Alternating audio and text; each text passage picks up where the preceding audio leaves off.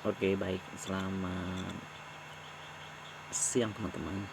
Nah, jadi kali ini kita akan membahas materi tentang peta Karnaug ya. Nah, jadi kita harus paham dulu atau kita lebih memahami dulu apa sih peta tentang Karnaug dan apa saja komponen-komponen yang harus kita ketahui di dalam Karnaug tersebut. Nah, jadi kita langsung saja ya. Nah, di dalam materi peta Karnaug ini dibahas proses sintesis serangkaian logika minimal menggunakan peta Karnaug untuk menyederhanakan persamaan fungsi logika. Nah, jadi di dalam peta Karnaug ini sudah sangat jelas bahwa ini menggunakan atau merancang serangkaian multi keluaran minimal. Nah, jadi kita akan membahas atau pokok pembahasannya kita lihat bersama-sama. Jadi di sini ya. Nah, jadi di dalam pokok pembahasan ini mempunyai 2 variabel sampai 6 variabel. Nah, jadi kita lihat pertama-tama ya. Nah, jadi strategi minimalisasi serangkaian SOP atau pengelompokan Mitrium. Nah, jadi integral infinivis cover asis utama dan fungsi minimum. Nah, ini juga harus diimplementasikan atau perangkaian logika SOP optimal dengan and or atau and unless and unless. Nah, jadi kita lihat sama-sama ya. Nah, di dalam peta Karnaug ini juga memiliki kompetisi dasar. Ya, baik, kita langsung ke pembahasannya saja ya. Oke, kita lihat yang ini adalah pembahasan tentang peta Karnaug.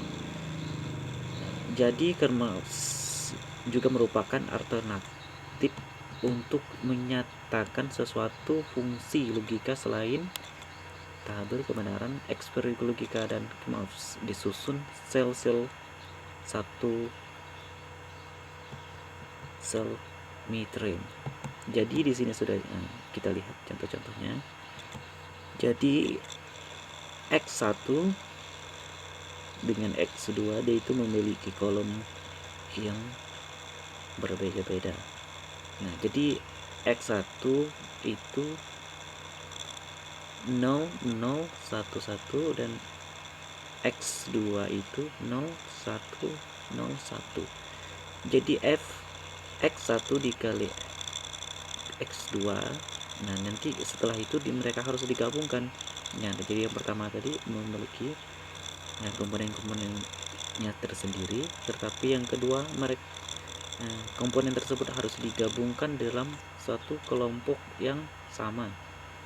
Nah, jadi di dalam F dalam kurung ini mempunyai S1 dengan S2 mau atau meter persegi dengan jadi Mitrium ini juga memiliki yang berbeda-beda. Oke, kita lihat atas lagi ya. Oke, jadi di graphing maps ini Mitrium yang berdekatan dapat dikombinasikan karena mereka hanya berbeda di suatu variabel saja. Nah, di graphing ini dilakukan dengan melingkari nilai 1 ya,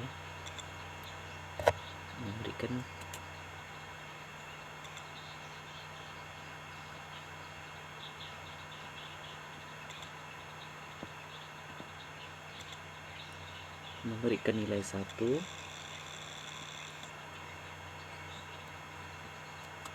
melingkari dua nilai satu bersama, berarti mengeliminasi suatu trim dan suatu variabel dari ekspresi output. Nah, jadi variabel dieliminasikan adalah yang mempunyai perbedaan nilai. Nah, jadi mereka ini hanya memiliki nilai yang berbeda-beda. Nah, jadi di sini ya mempunyai nilai yang berbeda-beda. Ada yang 0 dan juga ada yang 1. Jadi ya ini dia, ini trim. Oke, kita ke selanjutnya. Nah, ini juga contohnya. Nah, contoh dari grouping fungsi dua variabel ini sederhana. X1 dibagi X2 sama dengan V. Nah, jadi bagaimana maksudnya? Jadi di sini sudah jelas, N seperti yang di atas tadi itu mainstream, 0 bagi 3 dan F buka kurung X1 dibagi 2X sama dengan V. Jadi hasilnya adalah 1 di sini ya. Nah, saya jelaskan. Nah, ini dia hasilnya. 1,2. Nah, di sini juga sangat jelas. Nah, ini yang dia maksud harus mempunyai harus diberi lingkaran satu juga 1. Nah, jadi X1 2 sama dengan V, M 0 dibagi 3 sama dengan X1 X2 kurang X1 di X2 ya nih. Jadi fungsi SO V tidak dapat disederhanakan. Nah, jadi di dalam pembelajaran ini, peta kanal ini, itu tidak bisa diubah atau hanya satu saja karena ini sudah tidak bisa disederhanakan lagi. Nah, jadi fungsi SOP tidak dapat disederhanakan. Oke, ini sama ya. Jadi kita langsung ke sini saja. Oke, variabel 3 disusun. Kita masuk ke variabel 3 ya. Jadi disusun sehingga metode dan pendekatan hanya mempunyai perbedaan satu variabel. Nah, di sini dia mempunyai perbedaan atau mempunyai pendekatan hanya mempunyai perbedaan satu variabel. Nah, di sini sangat berbeda, 0, 1, 1, 0 dan selanjutnya. Oke, kita ambil ke 4 ya. Oke, nah ke 4. Oke, bentuk ke 4 variabel. Nah, di sini juga mempunyai variabel 1, 2, 3, 4. Nah, ini adalah variabelnya. Di sini dari sini ke sini, yaitu adalah variabel. Oke, kita lanjut ke selanjutnya.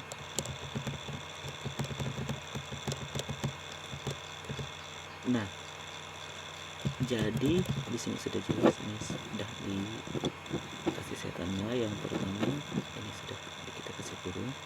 Jadi penghasilan S1, nah 1 dibagi 2S sama maksud saya X2 dibagi X3 dibagi X4 sama dengan X1 X4 ditambah X2 X4 ditambah X1 X2 sama dengan X3. Nah, ini hasilnya. Oke, kita ke selanjutnya. Nah, maaf, 5 variabel. Nah, jadi di sini ya 5 variabel ya. Nah, jadi di sini sederhananya fungsi dari contoh yang kelima ini adalah dia itu juga mempunyai, di sini adalah mempunyai pengurangan atau mereka punya hasilnya tersendiri. Nah, jadi ini 5, 10, 12, 13, 14, 15, 16, 17 karena di sini mempunyai akar. Nah, jadi dia itu harus 19 terus ke 24, 27 dan 30. Oke, kita lanjut ke selanjutnya. Nah, di sini juga ada contohnya. Nah, di sini sudah jelas. Di sini sudah dikasih kurung ya. Jadi di dalam kurung ini seperti yang sudah dihindari ini, karena ini sudah mempunyai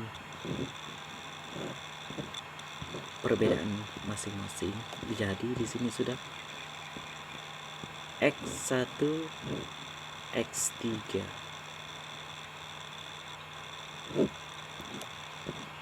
Dan juga di sebelahnya ini juga memiliki perbedaan juga, karena di sini sudah X2, X4 dan X5 ya.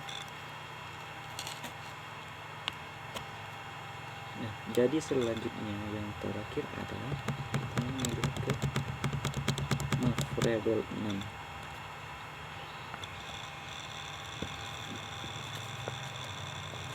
Nah, jadi di variabel 6 ini tidak berguna dari sudut pandang atau praktisnya, jadi akan dibutuhkan perangkat CASD. Nah, salah satunya BMINS atau BUSMINS. Contoh F, E, D, C, B, A sama dengan V. Nah, di sini juga memiliki nilai yang sudah ditentukan ya. Bisa ini nilainya 21, 23, 29. Nah, jadi di sini sudah, jadi jarak ke antara 21 ke 23 ini memiliki dua variabel, jadi 21, 22. Nah, jadi mereka ini mempunyai dua variabel sehingga menghasilkan 21, 23, 29, 31 dan seterusnya. Nah, di sini juga sudah jelas, di sini sudah diberi bukan juga gambar-gambar bahwa di sini juga memiliki perbedaan. Oke, gitu aja. Terima kasih kepada teman-teman, semoga bisa mengerti, semoga bisa memahami dengan pemateri yang telah saya sampaikan. Terima kasih.